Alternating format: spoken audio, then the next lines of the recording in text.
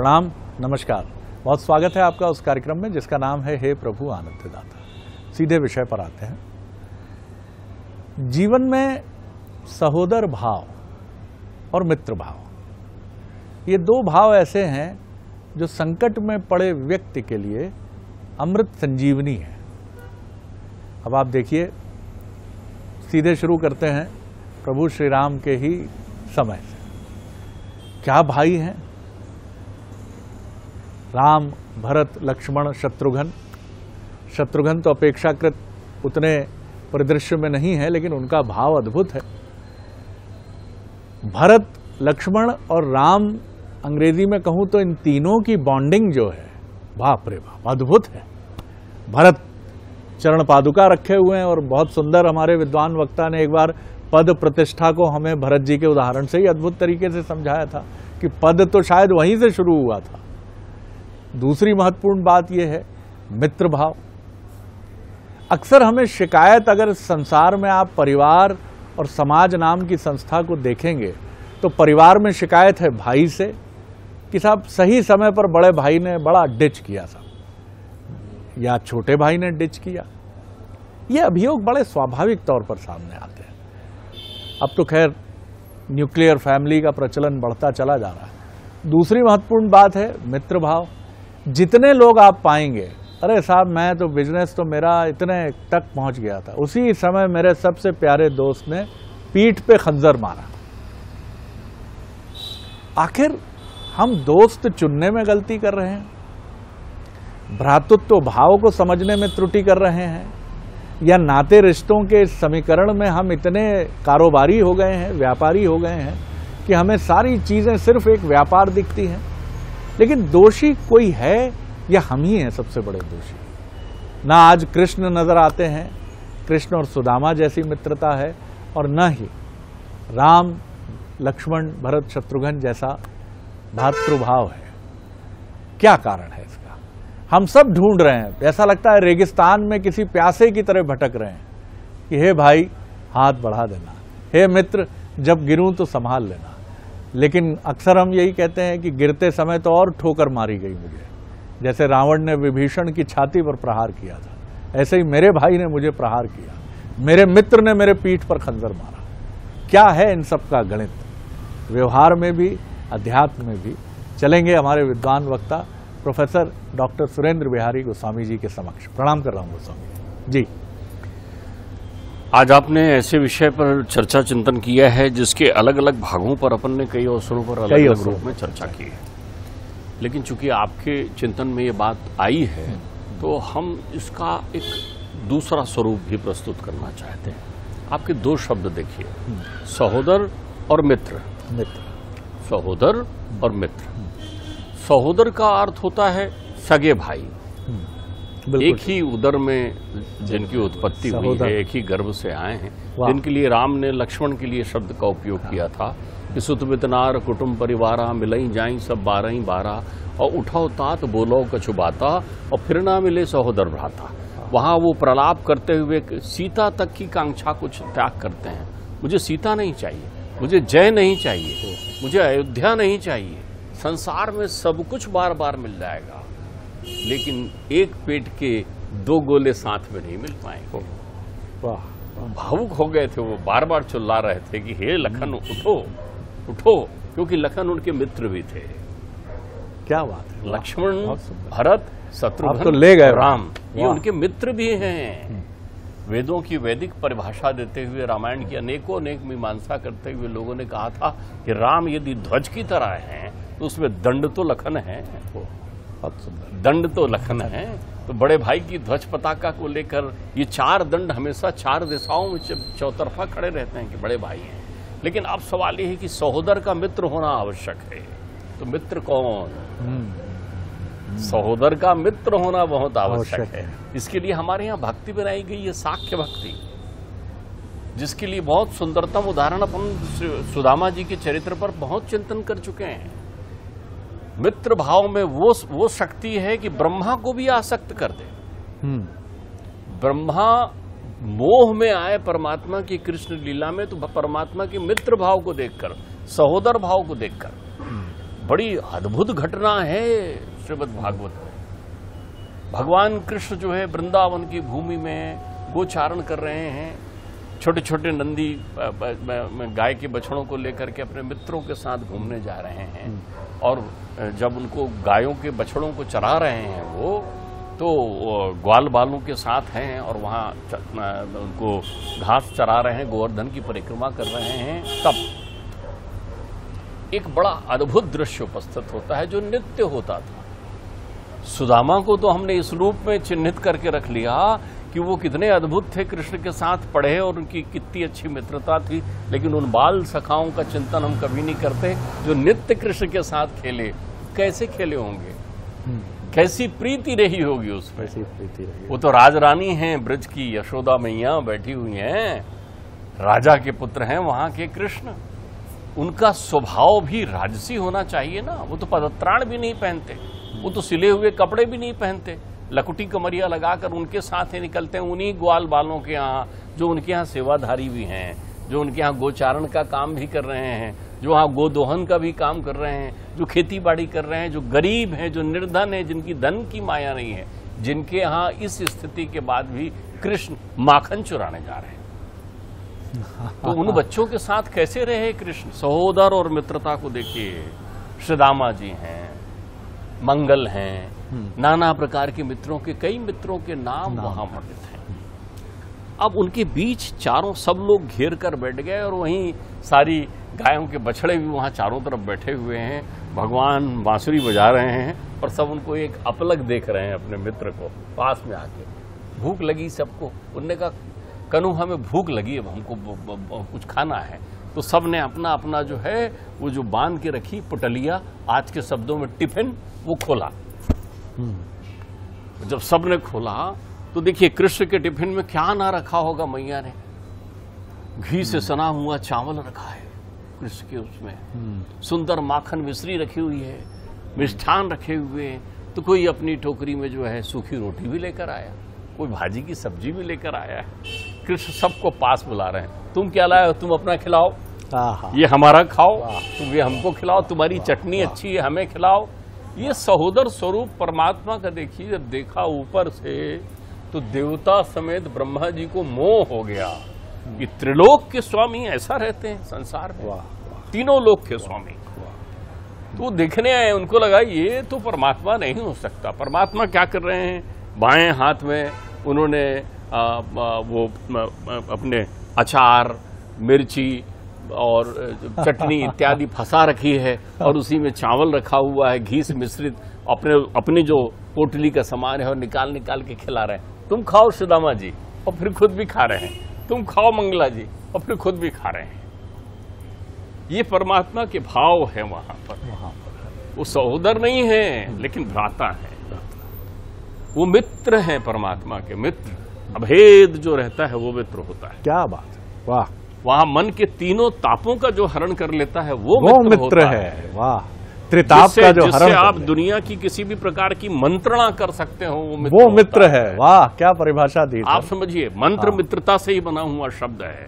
मंत्रणा, मंत्र से निकला हुआ। गुप्त मंत्र वो है जो गुप्त है, अत्यंत गुप्त बात भी जिनके साथ आप कर सकते हैं, जो भेद ना हो, अभेद हो, मित्र है।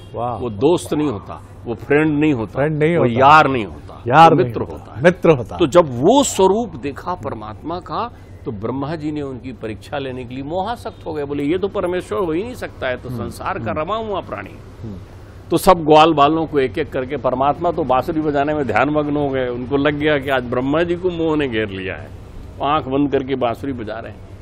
ब्रह्मा जी ने सबसे पहले ग्वाल बालों को उठाकर वहां से जो है वो वहां भेज दिया, गुफा में छुपा दिया ब्रह्मा जी ने। फिर उन्होंने एक एक गाय के बछड़ों को भी जो है वो उठा करके और उसी गुफा में छुपा दिया, मूर्छित करके।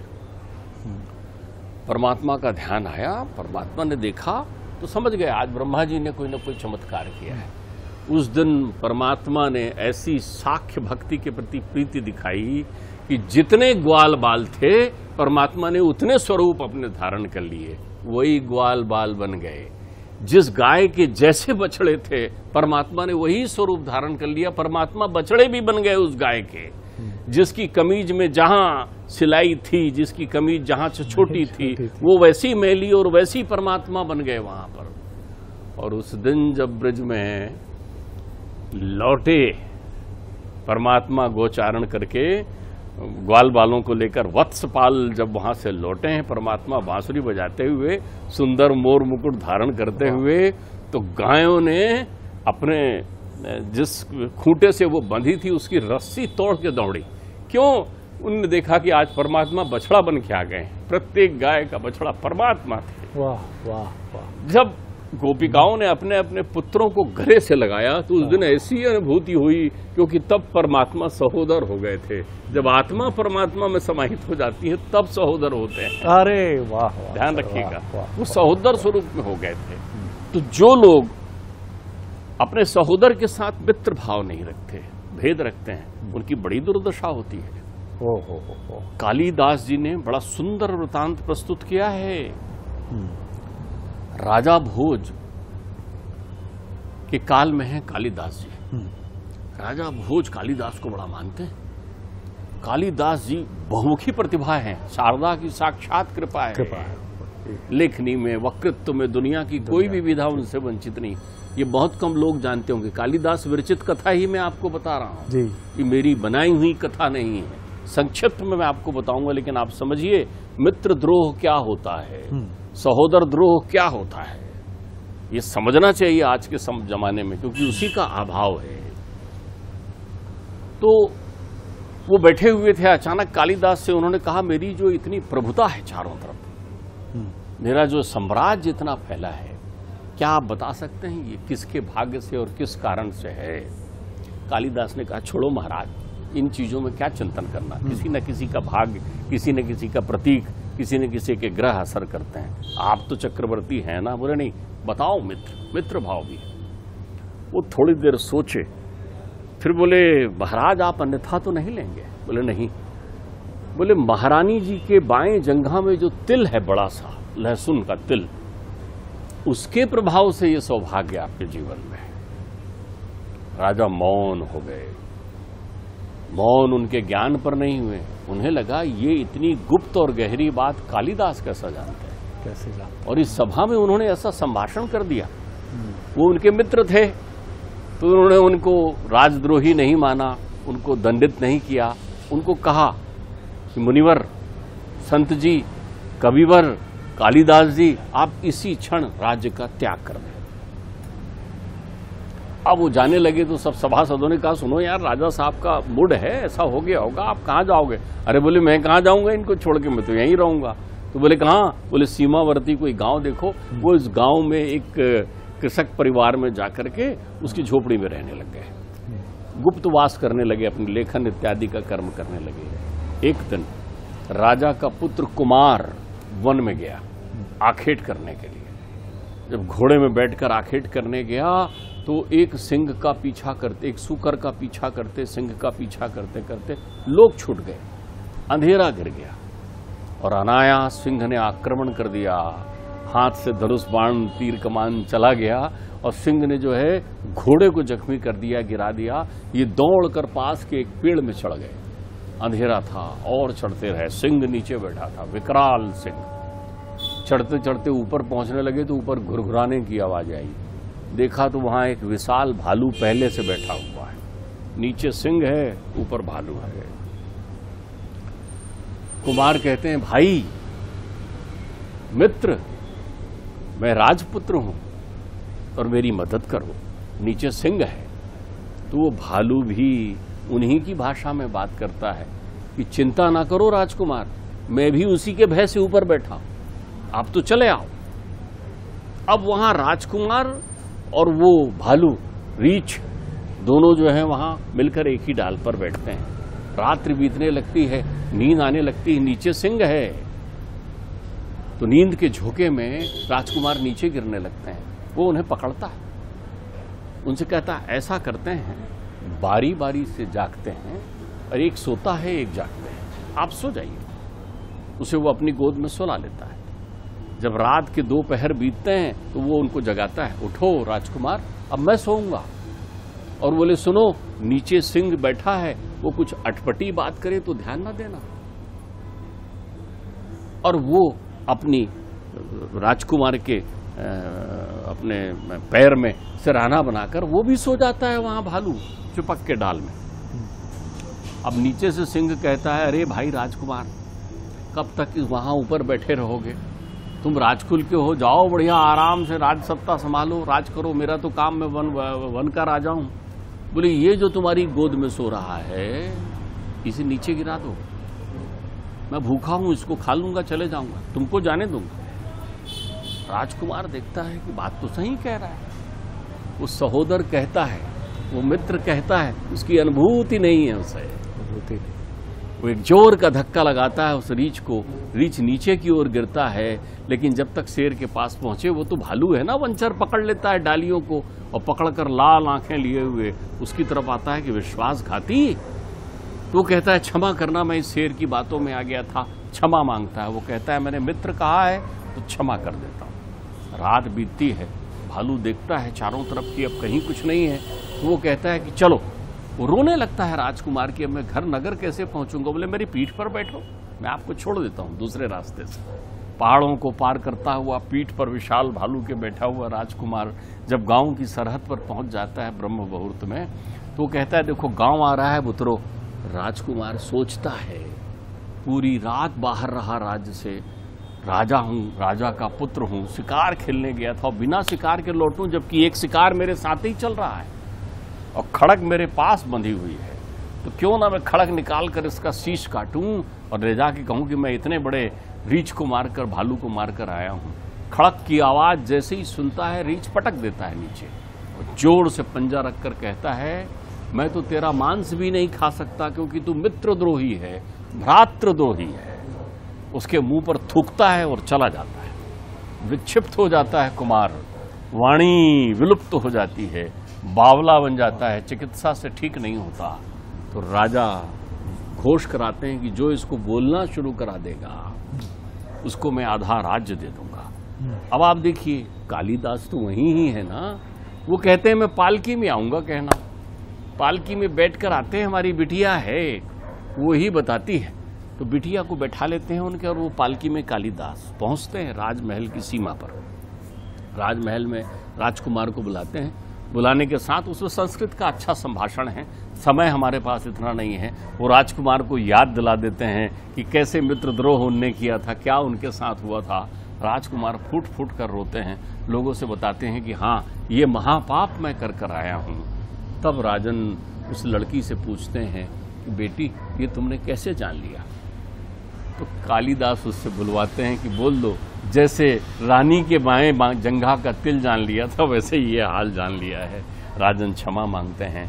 तब वहां मित्रद्रोह और मित्र भक्ति पर बात होती है। ये सहोदरपन है, ये है वो सुतपित नार कुटुंब परिवारा। क्या भाई भाई इस अभेदता से मिलते हैं? जीवन संगनी आ गई तुम्हारे साथ, बाल बच्चे हो गए तुम्हारे, यदि तो तुम अपने भाई को भूल गए, उसके उस ममत्व को भूल गए कि बालपन में कैसे खेलते थे, अपने उन मित्रों को भूल गए, उन सखाओं को भूल गए। किसमें? नाशवान जीवन में। परमात्मा तो कहते हैं सब छोड़ा, अयोध्या भी छोड़ा, सीता का भी त्याग किया, तो उठ जा भाई। ये है सहोदरपन। तो आपके अंतर्चित्त में यदि सहोदर है तो भ्राता है, भ्राता है तो मित्र है, और यदि भ्राता मित्र नहीं है तो सहोदर को दूषित कर रहा है, फिर वो पातकी है, पातकी। बहुत सुंदर है डॉक्टर साहब, और आज मैं क्या कहूँ, आप भाव की ऐसी भूमि पर हमें ले जाते हैं कि कभी मैं अपने को सतयुग में पाता हूँ और ऐसा लगता है कि युद्ध भूमि में वेदना से भरे राम की पीड़ा को देख रहा हूँ। आप दृश्य खींच देते हैं। और आपकी ये कथा तो मैं चल रहा था उस राजकुमार के साथ, उस पेड़ के नीचे बैठे सिंह को देख रहा था, उस भालू की वेदना से जुड़ रहा था, और उसी वेदना के साथ मैं याद कर रहा था कि कब मेरी आंखों में आंसू आए अपने किसी बाल सखा को लेकर, कब मेरी आंखों में आंसू आए अपने बड़े भाई और अपने छोटे भाई के साथ क्रिकेट खेलने को लेकर, जब हम बड़े भाई से मनुहार करते थे और छोटे भाई के साथ चीट करते थे, अगर आउट नहीं हूं मैं, बॉलिंग करूं, और बड़ा भाई देख के मुस्कुराता था कि छोटा है, मूर्ख है, जिद्दी है, चल चल जा जा कर ले। ये सब कहां चला गया? 2 दूनी 4 ही जिंदगी हो गई। कितना पैसा आएगा, कितना पैसा कहां जाएगा। और सच बात है, अर्धांगिनी जीवन का सबसे महत्वपूर्ण क्षण है, उसका साथ होना। लेकिन सबका महत्व है। अर्धांगिनी का जितना महत्व है उससे कम सहोदर का नहीं है, सहोदर का जितना महत्व है उससे कम अर्धांगिनी का नहीं है। कहां चला गया ये सारा भाव? सब खत्म। आप भी याद करिए, आप कितने, क्या ईश्वर न करे हम 70 वर्ष की उम्र में अंतिम सांसें गिनते हुए अस्पताल में याद करेंगे, अर्धमूर्छित अवस्था में, वो रामू आ रहा है, वो श्यामू ने छक्का मार दिया, बुलाओ उसको जल्दी। क्या तब याद करेंगे हम? जब मजबूरी होगी या अर्ध विक्षिप्तता हमें फिर ले जाएगी ट्रांस में, फिर पीछे ले जाएगी ना। वर्तमान में रहिए, सहोदर भाव को जीवित रखिए, क्योंकि कितनी सुंदर बात डॉक्टर साहब ने कही है, सहोदर भाव का द्रोही, मित्र भाव के द्रोही को न इस धरा पर कोई स्थान है न वहां कोई स्थान है, दोनों जगह का द्रोही है वो। आनंद आ गया गोस्वामी जी, प्रणाम करता हूं आपको। प्रणाम आपको भी। अगले एपिसोड में एक और विषय लेकर उपस्थित होंगे। नमस्कार।